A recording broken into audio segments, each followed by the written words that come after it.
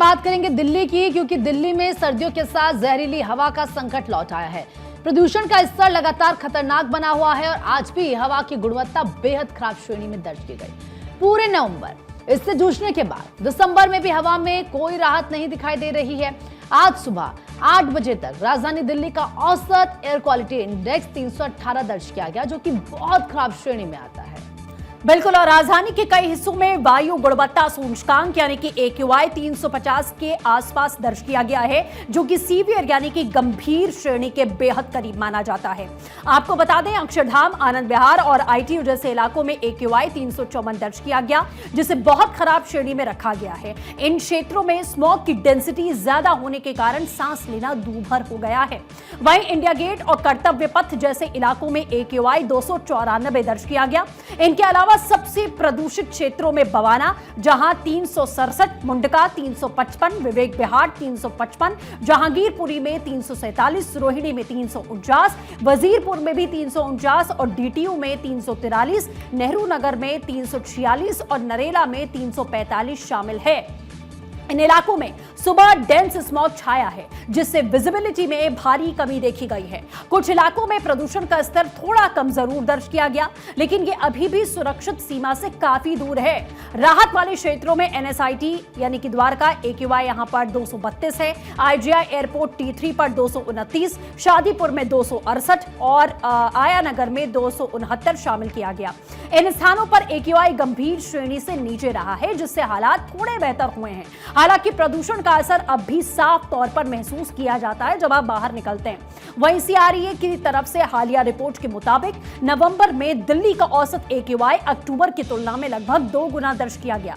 Report यह भी बताती है कि पराली जलाने की घटनाओं का योगदान इस साल कम रहा है, लेकिन स्थानीय वजह जैसे व्हीकल एमिशंस, धूल, औद्योगिक प्रदूषण और ठंडी हवाओं के कारण हवा का स्थिर होना दिल्ली की आबोहवा को गंभीर रूप से प्रभावित कर रहा है।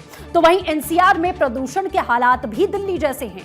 NCR में नोएडा सबसे अधिक प्रदूषित शहर है, जहां AQI 317 दर्ज किया गया है और गाजियाबाद में ये 315, ग्रेटर नोएडा में 290, गुरुग्राम में 273 रहा। वहीं फरीदाबाद की हवा तुलनात्मक रूप से साफ रही है, जहां 199 दर्ज किया गया है, जो कि सैटिस्फैक्टरी श्रेणी में आता है। वहीं फरीदाबाद ही दिल्ली NCR में एकमात्र ऐसा शहर है जहां सबसे कम प्रदूषण की मार है। बीते रविवार को दिल्ली में हवा की दिशा में आए बदलाव के कारण प्रदूषण की रफ्तार में मामूली कमी दर्ज की गई थी, लेकिन यह राहत अस्थायी साबित हो रही है, जबकि आज भी आसमान में स्मॉग की एक पतली सी चादर छाई रही। लोगों को मास्क का सहारा लेना पड़ रहा है, सांस संबंधी बीमारियों से पीड़ित मरीजों को जूझना पड़ रहा है। और अभी फिलहाल प्रदूषण के क्या हालात हैं, सीधे हमारे सहयोगी इंदर यादव हमारे साथ जुड़ चुके हैं, उनका रुख करते हैं। इंदर, कुछ इलाके ऐसे जरूर हैं दिल्ली NCR में जो खतरे से थोड़े से नीचे आए हैं, लेकिन अमूमन इलाके ऐसे हैं जहां पर प्रदूषण का स्तर अभी भी खतरनाक श्रेणी में है,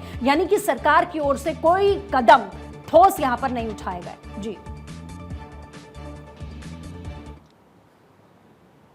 बिल्कुल, देखिए जिस तरीके से पहाड़ों में लगातार बर्फबारी हो रही है, तो कहीं ना कहीं जो ठंड का असर है वो मैदानी इलाकों में देखने को मिल रहा है। और ऐसे में देखिए, जब ठंड धीरे धीरे दस्तक देती है, तो कहीं ना कहीं दिल्ली NCR का जो इलाका है वो पॉल्यूशन की मार ज़रूर झेलता है, क्योंकि देखिए हवा स्थिर हो जाती है, और जब हवा स्थिर होती है तो पॉल्यूशन के जो छोटे छोटे कण हैं वो दिल्ली NCR के लोगों के लिए एक परेशानी का सबब बन जाते हैं। हालांकि देखिए, अगर हम बात करें दिल्ली NCR में सबसे पॉल्यूटेड जो इलाका है वो नोएडा है, और अगर हम राजधानी दिल्ली की बात करें तो सबसे ज्यादा जो एयर क्वालिटी इंडेक्स खराब श्रेणी में है वो बवाना का है। तो कहीं ना कहीं देखिए परेशानी तो बिल्कुल है, और ऐसे में देखिए अस्पतालों में भी काफी ज्यादा जो भीड़ है वो देखने को मिल रही है। बुजुर्ग और बच्चे, सबसे ज्यादा परेशानियां इन्हीं लोगों को हो रही है। सरकार की तरफ से देखिए तमाम तरह के जो व्यापक कदम है वो उठाए जरूर जा रहे हैं, लेकिन वो नाकाफी साबित हो रहे हैं। ग्रैप लागू किया गया है, तमाम तरह की पाबंदियां जरूर है, लेकिन एयर क्वालिटी इंडेक्स जो है उसमें बिल्कुल भी सुधार होने का नाम नहीं ले रहा है। और देखिए, एयर क्वालिटी इंडेक्स के लिए सुधार करने के लिए तमाम जगह दिल्ली NCR में वाटर स्प्रिंकल्स लगाए गए हैं और झाड़ू लगाने पर प्रतिबंध, लेकिन इंदर उसका उतना व्यापक असर नजर नहीं आ रहा, क्योंकि कोशिश तो लगातार सरकार की तरफ से की जा रही है, लेकिन उतना फायदा होता नहीं नजर आ रहा है। इंदर, बहुत बहुत शुक्रिया आपका तमाम जानकारी देने के लिए।